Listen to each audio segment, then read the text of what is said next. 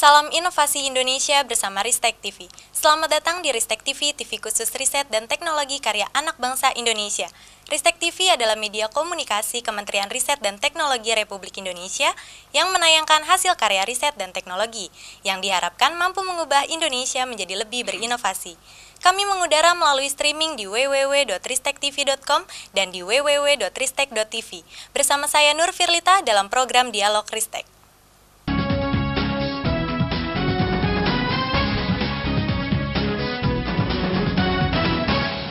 Pemirsa, dalam program Dialog Ristek kali ini masih berkaitan dengan peringatan Hari Kebangkitan Teknologi Nasional atau Hakteknas ke-19 yang mengangkat tema inovasi pangan, energi, dan air untuk daya saing bangsa.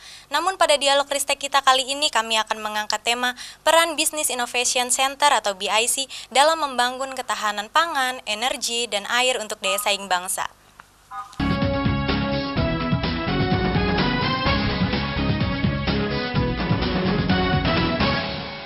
Nah, untuk mengetahui seperti apa peran BIC dalam membangun ketahanan pangan, energi, dan air untuk daya saing bangsa, kami telah mengundang Bapak Pujianto sebagai narasumber. Selamat pagi, Pak. Selamat pagi, Mbak. Gimana nih, Pak, kabarnya? Sehat walafiat. Ya, pemirsa, dalam pembangunan nasional diperlukan fondasi yang kuat antara 3 pilar, yaitu pemerintah, akademisi, dan pelaku bisnis atau ABG. Sedang untuk menjembatani kerjasama antara 3 pilar ABG itu diperlukan sebuah lembaga khusus. Lembaga khusus tersebut seperti yang dilakukan Business Innovation Center atau BIC. Baik, Pak, untuk mengawali dialog Ristek kali ini saya akan mengajukan pertanyaan. Sebagai lembaga intermediasi inovasi bisnis terdepan, BIC telah berupaya mensinergikan elemen-elemen akademisi, bisnis, dan government atau ABG dalam proses inovasi ya Pak. Nah, khususnya dalam inovasi pangan, energi, dan air, BIC telah berhasil menjaring bentuk inovasi apa saja dari kalangan akademisi atau inovator. Kalau boleh saya jawab, sangat banyak. Cuma kalau kemudian ke arah detailnya mungkin agak sedikit sulit ya. Karena kalau kita coba kita concern ke arah pangannya dulu, itu ada pangan dari hulu sampai ke hilirnya. Di buku 100 plus ini ada semua. Itu kebanyakan adalah dari akademisi. Nah, jumlahnya berapa? Kalau sampai hari ini kita sudah bukukan 615. 40%-nya hubungannya dengan pangan. Dari benih, dari kemudian pupuk, dari juga olahannya, dari peralatannya, dari penunjangnya, ada semua. Cuma kalau saya bisa gambarkan dalam pangan yang masuk ke buku, itu kira-kira 40% dari total 615 yang sudah dibukukan. Itu dalam hal pangan ini dari bibit, dari pupuk, kemudian dari penunjangnya, alatnya, sampai ke pengolahannya. Kelihatannya sangat dominan dalam bidang pangan mengenai peran akademisi kita untuk membuat inovasi atau menjadikan inovasi berbasis teknologi yang telah dihasilkan. Kemudian kalau kita melihat lagi dalam bidang energi, kira-kira mungkin 12%. Karena energi sangat-sangat dibutuhkan, khususnya di saving energi yang seringnya juga tidak diperhatikan. Padahal itu sangat penting, cuma jumlahnya masih kecil sekali dibandingkan dengan pangan. Dan kalau kita melihat ke arah air, padahal itu air dibutuhkan, khususnya untuk kesehatan, itu mungkin kira-kira 3-4% yang concern untuk menghasilkan inovasi berbasis teknologi dalam bidang air. Sedangkan air sendiri ada 2 hal yang harus dibagi, itu adalah air untuk minum, kesehatan, dan air limbah untuk dinetralisir. Itu teknologi kita diperlukan sekali untuk industri. Saya kira cukup mungkin. Ya pemirsa, jangan kemana-mana, tetap bersama Ristek TV dalam program Dialog Ristek.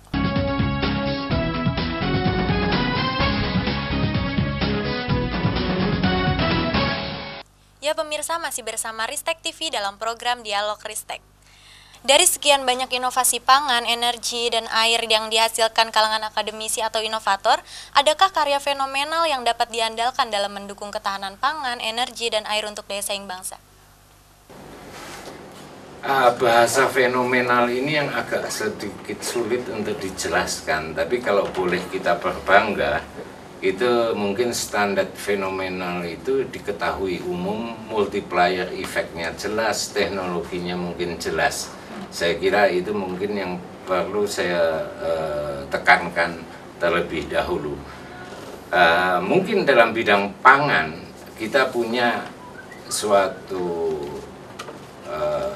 kombinasi antara teknologi dan juga maksudnya akademisi dengan pebisnis yang juga mau bergerak untuk mengadop dan melebarkan atau masyarakatkan. Ditambah lagi adalah dari Risteknya sendiri untuk menjadikan percontohan. Itu mungkin bisa disebut adalah fenomenal. Kita bisa memberikan contoh adalah perbaikan genetik sapi lokal dan industri sapi unggul. Ini sudah diresmikan oleh Bapak Menristek dan juga kita sudah sebarkan ke beberapa daerah yang kelihatannya jelas sekali hasilnya, multiplier effect sosialnya juga jelas, dan ini sangat dibutuhkan untuk nanti 10 tahun ke depan mungkin kita baru bisa swasembada sapi. Nah, produk turunan dari sapi itu pun itu sangat banyak, di mana kotorannya untuk energi, untuk pupuk, kemudian juga adalah pengolahannya, pakannya, produk jadinya misalnya bakso dan sebagainya, sosis dan sebagainya. Jadi dengan kata sapi itu begitu banyak IKM atau industri besar bisa tumbuh. Itu salah satu hal di produk pangan. Nah, kalau kita ditanya lagi, pertanyaannya singkat tapi jawabnya agak sulit. Tapi kebetulan kita sudah punya semua. Misalnya adalah energi. Energi pasti orang akan melihat adalah renewable energy, yang bukan fosil. Padahal di situ ada saving energi sangat baik sebetulnya untuk mengurangi penggunaan fosil fuel. Itu misalnya dengan solar cell, ya itu hal itu sudah umum. Kemudian teknologi kita pun punya. Terus kemudian adalah misalnya dari gas, misalnya juga adalah dari kotoran sapi, gasnya metan, lain dengan gas bumi.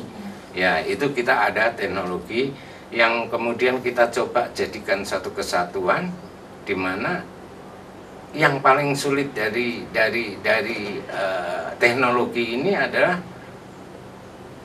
kombinasi antara teknologi yang dipunyain oleh tiap lembaga atau tiap orang atau tiap akademisi.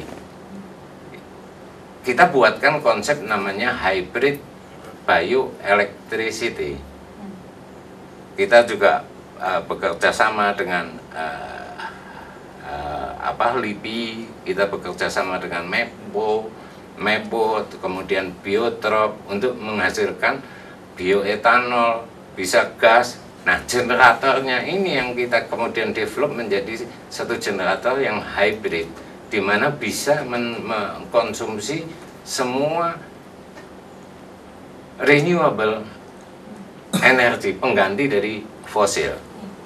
Itu kita sudah lakukan, dan dalam waktu dekat kita akan field test di pesantren di Amuntai, yang langsung Pak Menteri sendiri, Pak Menristek sendiri yang menggagas untuk menerapkan hybrid.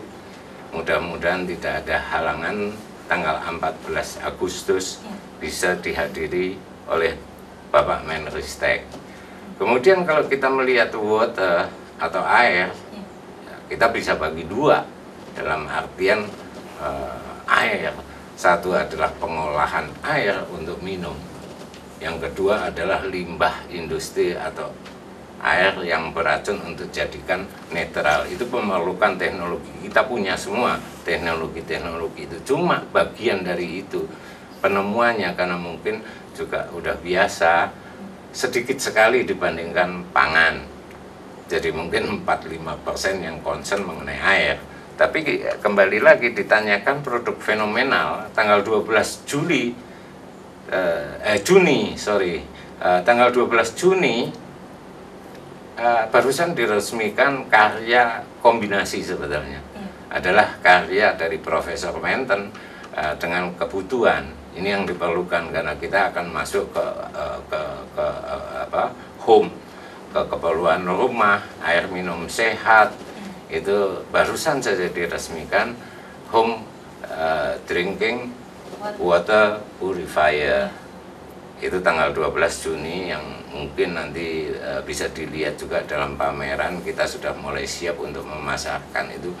Mungkin itu pertama di dunia karena 5 komponen dalam satu filter. Jadi yang belum ada biasanya kalau namanya filter itu berjejer banyak. Ini tidak hanya satu tabung, tapi ya kita bisa klaim itu teknologi pertama di dunia. Nah, itulah mungkin penjelasan singkat kalau itu mau dikatakan fenomenal. Tapi saya kurang setuju untuk mengatakan fenomenal, tapi fungsi dan manfaatnya secara luas mungkin akan lebih baik. Ya. Terima kasih. Pemirsa jangan kemana-mana, tetap bersama Ristek TV dalam program Dialog Ristek.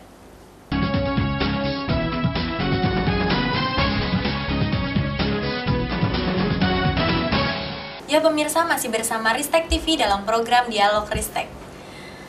Baik Pak, dialog akan kita lanjutkan. Karya inovasi pangan, energi, dan air yang dihasilkan kalangan akademisi atau inovator ternyata sudah cukup banyak ya Pak. Seperti yang Bapak jelaskan tadi, pertanyaannya adalah sudah seberapa banyakkah karya inovasi pangan, energi, dan air akademisi atau inovator itu yang telah diimplementasikan untuk membangun ketahanan pangan, energi, dan air untuk peningkatan daya saing bangsa? Kelihatannya ini pertanyaan sangat sulit dijawab. Produk teknologinya cukup banyak kalau kita melihat bahwa sekarang total dari buku menjadi 105 tahun ini ada 106 buku, 106 total adalah 721 karya inovasi macam-macam yang masuk dalam buku. Kalau kita lihat 40%-nya adalah pangan.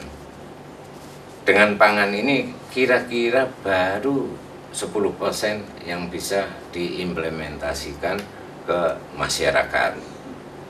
Nah, kalau kita lihat juga dari air, mungkin ya masyarakat sudah mengcopy menggunakan sendiri yang langsung dipakai oleh masyarakat. Tapi yang bisnis sangat kecil. Kalau kita melihat energi, saya kira masyarakat sudah langsung melakukan. Banyak sekali yang sudah membuat untuk bioetanol atau gas dengan digesternya bikin sendiri. Jadi itu hal yang sudah umum. Cuma continue supply dari bahan bakunya, misalnya kotoran sapi dan sebagainya. Itu yang sering tidak konstan. Itu aja, saya kira cukup banyak yang sudah langsung diimplementasikan ke masyarakat, Mbak. Ya, untuk bagaimana sikap pelaku usaha atau investor terhadap karya inovasi pangan, energi, dan air dari kalangan akademisi atau inovator itu, apakah mereka banyak yang tertarik terhadap karya inovasi pangan, energi, dan air dari kalangan akademisi atau inovator kita, Pak? Sebetulnya kalau kita lihat dari dunia bisnis, selama itu ada kesempatan, ada prospek, opportunity atau apapun namanya, insting dari berbisnis itu jalan. Dan pertama kali jelas yang akan dicari adalah teknologi. Dalam hal ini pebisnis macam-macam, karena kita arahnya adalah inovasi teknologi, berarti kita mengarah ke industri. Jadi pebisnis yang bergerak di industri itu cukup banyak berminat untuk menggunakan produk-produk dalam negeri yang mungkin perlu lebih dipromosikan, atau ya mengadakan pengenalan atau mengundang para pelaku bisnis untuk lebih mengenal hasil-hasil inovasi teknologi tersebut. Saya kira cukup, Mbak. Iya. Bagaimana sikap masyarakat terhadap karya inovasi pangan, energi, dan air dari kalangan akademisi atau inovator? Apakah ada karya inovasi yang bisa diimplementasikan langsung oleh masyarakat sendiri, Pak? Sebenarnya masyarakat juga sederhana sekali ya. Kalau dari masyarakat, semua masyarakat memerlukan pendampingan setelah dari teknologinya. Nah, yang langsung bisa dipakai oleh masyarakat kalau mengambil dari buku, mereka mungkin agak sedikit sulit karena buku itu ada patennya, ada apa, dan jelas masyarakat memikir itu pasti membayar. Jadi yang digunakan masyarakat adalah yang umum, tetapi masyarakat sangat-sangat ingin untuk menggunakan teknologi karya anak bangsa, itu jelas sekali. Jadi kita patut atau seharusnya kita membantu mereka. Satu contoh yang langsung bisa diaplikasikan oleh masyarakat seperti di dinding kelihatan gambarannya di mana sapi mengeluarkan kotoran, kotorannya bisa jadi pupuk, kemudian kotorannya bisa menghasilkan gas, yang kemudian ada di digester di situ sederhana. Digester yang kelihatan itu mahal, kelihatan, tapi masyarakat bisa membuat sendiri dan itu masuk ke generator. Disinilah generator yang berperan karena harus didesain untuk gas metan. Kemudian misalnya sapi itu kan memerlukan tanaman pakan hijauan, sorghum, itu bisa kita jadikan bioetanol. Jadi masyarakat bisa langsung membuat sendiri. Yang paling penting adalah di generatornya itu memang nggak bisa mereka membuat, itu perlu sekali teknologi dan industri atau pebisnis. Gas yang dihasilkan itu bisa untuk kompor dan sebagainya, dan udah di banyak tempat menggunakan itu tanpa harus sulit-sulit atau menggunakan teknologi yang tinggi. Saya kira untuk energi contoh yang sederhana dan digunakan masyarakat sudah terlihat secara aktual banyak sekali. Kemudian kalau kita melihat adalah mengenai air, saya concern dalam hal ini untuk menciptakan atau membuat sesuatu yang lebih ke arah ya bukan fenomenal tapi inovasi nyata. Itu perlu ada sentuhan bisnis. Keahlian aja tanpa ada sentuhan bisnis ya akhirnya akan mandek. Nah, kita telah berhasil untuk menggandengkan Prof. Wenten dengan PT IVA, Pak Tanus Tomo untuk membuat mass production seperti yang terlihat bahwa hasilnya sudah nyata. Kemudian yaitu pertama di Indonesia dan mungkin di dunia karena teknologinya ini sangat-sangat baik, tinggi, proven, dan juga modelnya juga sangat baik. Itu sentuhan bisnis yang akan direncanakan untuk ekspor juga dan telah diresmikan oleh Bapak Menristek.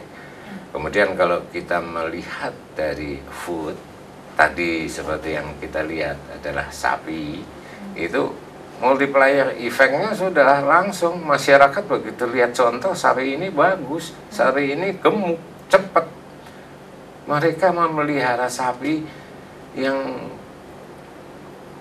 bibitnya itu sudah jelek. Sedangkan dalam industri sapi, kalau kita melihat memikirkan industri sapi, itu sebetulnya pepatah Jawa simpel, bibit, bebek, dan bobot.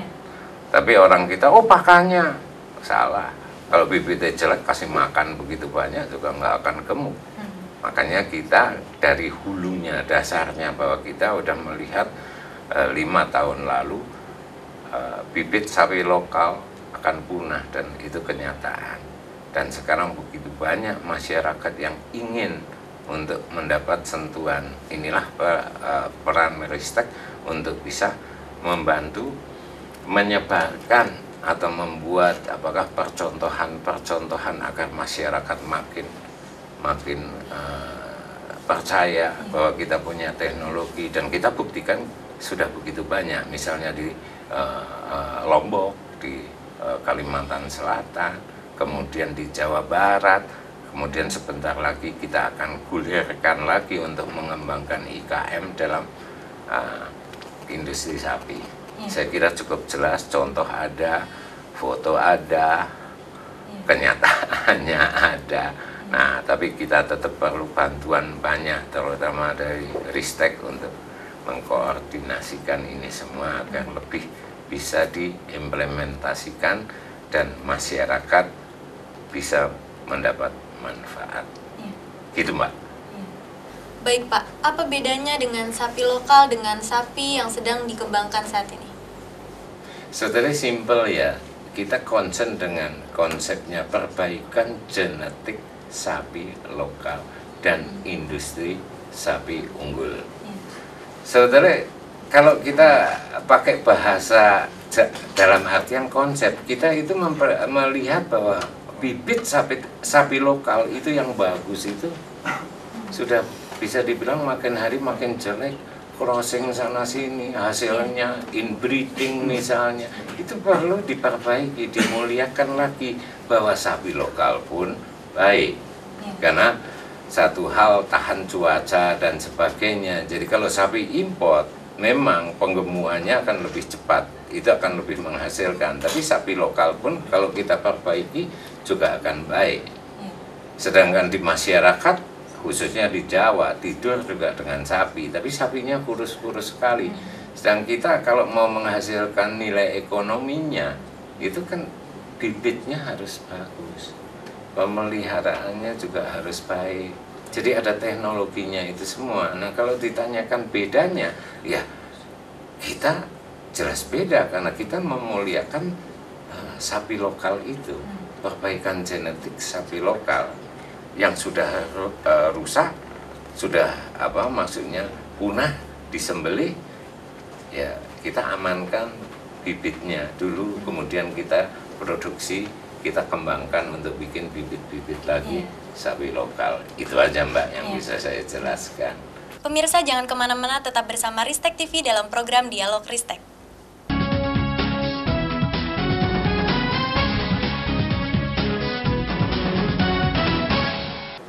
Pemirsa masih bersama Ristek TV dalam program Dialog Ristek. Baik Pak, bisa dijelaskan apa saja kendala yang dihadapi BIC dalam mensinergikan elemen akademisi, bisnis, dan government atau ABG? Pertanyaan yang bagus. Dalam artian kalau mengatakan hambatan, kesulitan itu banyak sekali. Jadi hal ini ya menjadikan suatu tantangan bahwa kita itu sebetulnya bisa. Cuma bagaimana kemudian melalui atau melewati hambatan itu. Jadi saya sangat sulit untuk mengatakan mengenai hambatan, tapi baiklah saya akan kasih satu gambaran bahwa pertama kali yang paling sulit atau yang maksudnya untuk memperkenalkan inovasi teknologi ke dunia bisnis atau komersial ataupun ke masyarakat itu adalah persepsi harus disamakan. Jadi kalau ada satu persepsi dulu, pokoknya begitu, misalnya aku mau produk lokal, aku mau bikin, kemudian timbullah suatu trust. Nah, trust ini susah sekali karena ada konflik of interest antara si akademisi mikirnya negatif, si pengusaha apa iya juga. Ini sangat sulit. Tapi kalau sudah melewati dua hal ini dalam arti tidak secara matematis, bahwa timbul trust, timbul kepercayaan. Nah, tinggal bagaimana implementasinya. Itu aja saya kira. Jadi kalau kita bilang sulit, sulitnya banyak sekali. Dalam artian karena dunianya berbeda. Yang satu bisnis itu kalau nggak ada untung nggak bisa. Kalau satu hal lagi di akademisi juga maunya untung sendiri misalnya begitu. Banyak sekali. Jadi sangat sulit untuk dijelaskan, tapi yuk ketemu aja.